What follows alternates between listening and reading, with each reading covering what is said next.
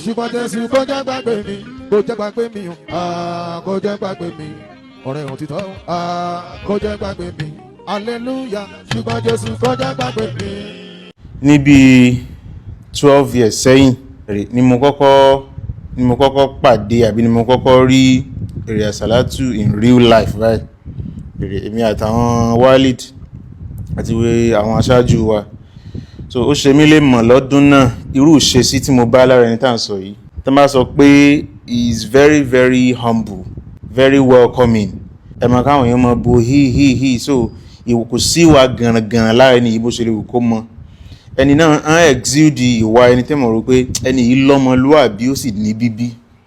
Ẹ̀yin jẹ́ máa wà ó dàbí pé bóyá Òṣogbo àbọ̀ Ọ̀yọ́ ìkànnù ìlú méjèèjì wọn ni.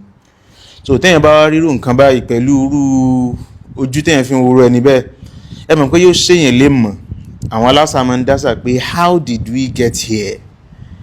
Àwọn téèyàn ó báyìí pé kí ló ṣẹlẹ̀? Èrè Asalatu. Alákọ̀ọ́kọ́ tí mo fẹ́ sọ ń bẹ̀ ó ní wípé èèyàn méjì ní ṣaburú fún ìjẹ́ mùsùlùmí wa. Ẹni àkọ́kọ́ ni aláṣejù, extremist. Ẹni ẹ̀kejì òun ni negligent, aláṣe ètò. Negligence lélẹ́yìí, water down ẹ̀sìn òun lélẹ́yìí, kò sí nǹkan kan míì tá a fẹ́ pè. Mo bẹ̀rẹ̀ ọ̀rọ̀ mi pẹ̀lú pé kí ni ń ṣẹlẹ̀ because something must be going on. Èyí tí ń fi tẹ̀lé inú ọ̀rọ̀ ni pé gbogbo ẹ̀yin tẹ́ ẹ jẹ́ olórin àbẹ́ni tí ń ṣiṣẹ́ mi tó fún yín ní influence, ẹ̀rí tẹ́ ní followers káàkiri, àwọn tẹ́ ẹ mọ̀, àwọn tẹ́yìn náà mọ̀, millions of people tí wọ́n ń gbọ́ ohùn yín. A máa ń bẹ̀rù influence yín òun kẹ́ ẹ má fi influence ẹlòmíì. Gbogbo tẹ́ ẹ bá ṣe ó jẹ́ ní tó dáa ó jẹ́ ní tí ò dáa, àwọn kan mọ̀ mú látara yín.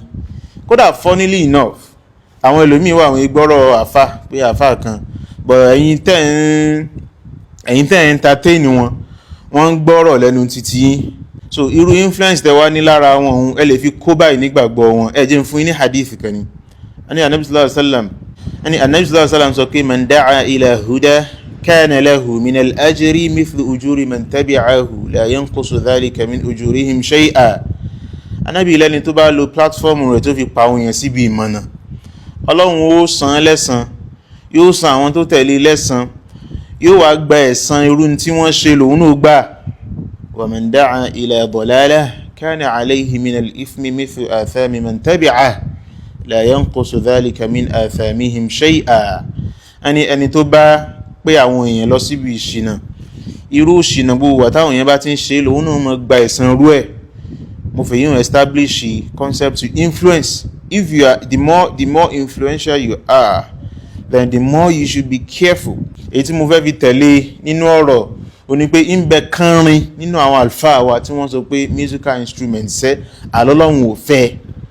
Èrí ráàyù tó wà established ni o, àwọn àfáàtà sì ń tẹ̀lé. Ọ̀rọ̀ eléyìí sì sọ̀rọ̀ pé ìjọ kan lèyàn kan belong sí àbí táìtù kan ní gbé káàkiri. Ẹ̀yin jàmáà wa, àwa tá a jẹ́ Maliki madhabu wa téèyàn bá lọ wò ẹ̀rí musical instrument nínú Islam wọ́n ní kò tọ́. So a máa ráwọn àlùfáà kọ̀ọ̀kan here and there.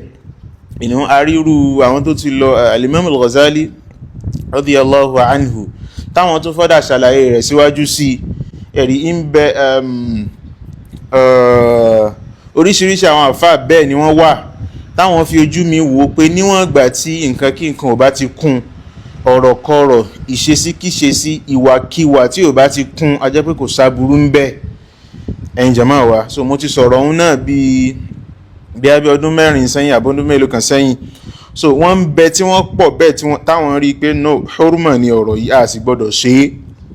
Ẹ̀yin jàmáà wa, bóyá gbogbo orú ara rú tí wọ́n rí nì pé táwọn èèyàn bá ti ń ṣe iṣẹ́ ayé ni gbogbo èèyàn ní ń gbọ́. Èyí tó tẹ̀lé ni pé téèyàn bá ń ṣe irú nǹkan báyìí Al-Qur'an ní wa zayyana lahumu shaytanu a'malahum fasaddahum 'ani s-sabil wa kanu mustabsirin.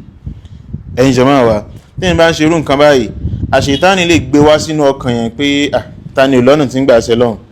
Ẹ̀rí àtijẹ àti mú ní ẹ̀wọ̀ adúrú owó tí wọ́n fún mi lórí irú gígì. Ẹ̀rí àtijẹ àti mú ní kò sẹ́ni tí ọlọ́nà tí ń gbà ṣe lọ́hùn. Àmọ́ irú ọ̀rọ̀ báyìí ó fi ọwọ́ kan foundation tó ṣe wá ní mùsùlùmí. ká gbà pé Ọlọ́run ọ̀kan ni, kò bímọ, ẹnìkankan ò bí, kò fẹ́yàwó, kò ní ẹnìkankan tó farati. Ẹ̀rí àwọn oní gospel music kódà àwọn ìṣerú nǹkan báyìí. Ẹ̀rí oní gospel kan ò ní lọ́jọ́ kó mùsùlùmí kó wá mọ́ sọ pé Ọlọ́run o kò lọ́mọ, ẹ̀rí Ọlọ́run ò lọ́mọ, wọn ò ní sọ bẹ́ẹ̀ torí kọ́ mọ̀ kó go against the cardinal point ìnígbàgbọ́ wọn. Ó jókòó sínú ọkàn. Wọ́n lè mọ sọ nǹkan mí o, wọ́n lè mọ forin yìn mùsùlùmí, wọ́n lè mọ forin kí yín, wọ́n lè mọ kódà wọ́n lè bá yín ànábì sallallahu alayhi wa sallam. Àmọ́ wọn ò ní sọ wípé irú tó wà important bíi pé Ọlọ́run kò bímọ. Ẹ̀rí àti wọn ó pa lówe ni àti wọn ó sọ lọ́rọ̀ ni, wọn ò ní sọrú nǹkan bẹ́ẹ̀. So àwọn tó bá ní direct access sí èrè àsàlátù, ẹ rán wọn létí. Wọ́n ní atadhkuru idh du'auka jam'u izzin. Ẹ rán wọn létí ìgbà tẹ́ ṣẹ̀ṣẹ̀ ń bọ̀ tọ́lọ̀ ń fi èrè àsàlátù gan ẹ̀rí the title àsàlátù, ẹni tọ́lọ̀ ń pín oore mọ́, ẹni tọ́lọ̀ ń kọ èrè mọ́, ẹni tọ́lọ̀ ń kọ oríire mọ́ látara pé ń sàsàlátù fún Ànábì Muhammad sallallahu alaihi wasallam. Ẹ bọ́ sí tọ́bá kọ̀ọ̀rọ̀ àwọn Ka'b ibn Zuhair. Ẹ̀rí ẹ bọ́ sí láyìn rú àwọn Ka'b ibn Zuhair, àwọn tí wọ́n fi orin yin Ànábì Muhammad sallallahu alaihi wasallam. Ẹ má gbàgbé ibi tẹ́ ti bẹ̀rẹ̀ o. Ẹ̀rí a sì tọrọ kó dúró báyìí, àtẹ̀yìn àtàwa, Ọlọ́run kó ṣàlékún ìmọ̀nà fún wa.